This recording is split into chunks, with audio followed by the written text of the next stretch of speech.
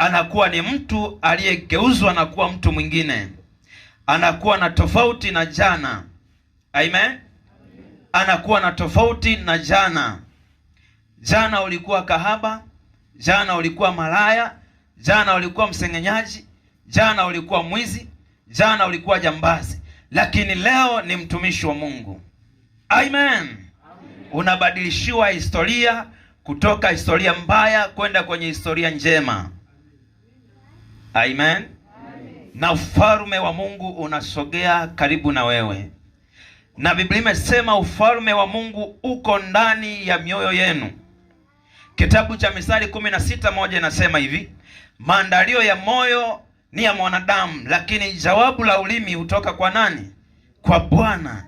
Jitayarishe kukutana na Mungu katika siku ya mwisho. Jitayarishe kukutana na Mungu katika ufalme wake. Amen. Acha ya dunia yapite. Acha ya dunia yapite. Wengine wanayatamani, lakini mwambie Mungu, futa kiu ya dunia ndani yangu. Amen. Rafiki yangu mzuri pale mwamsheni analala. Amen. Najua tulikuwa na kazi kubwa usiku, lakini bado Mungu anakuhitaji. Haleluya. Bado kuna dozi unahitaji ipokee. Haleluya. Amen. Tuwe pamoja. Bwana Yesu asifiwe sana. Yes, Mungu anakuhitaji.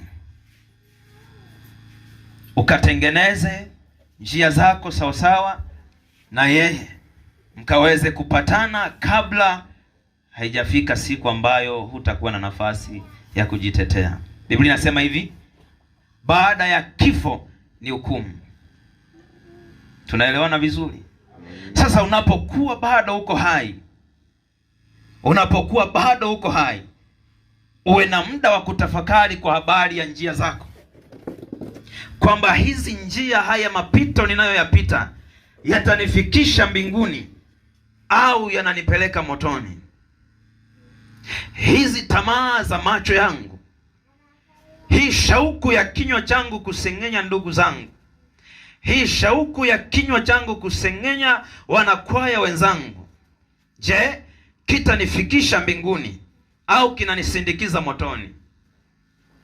Amen. Amen. Ukitiishe kwa jina la Yesu. Usiwe sehemu ya watakaoteketea katika moto. Usiwe sehemu ya watakao ingia kuzimu.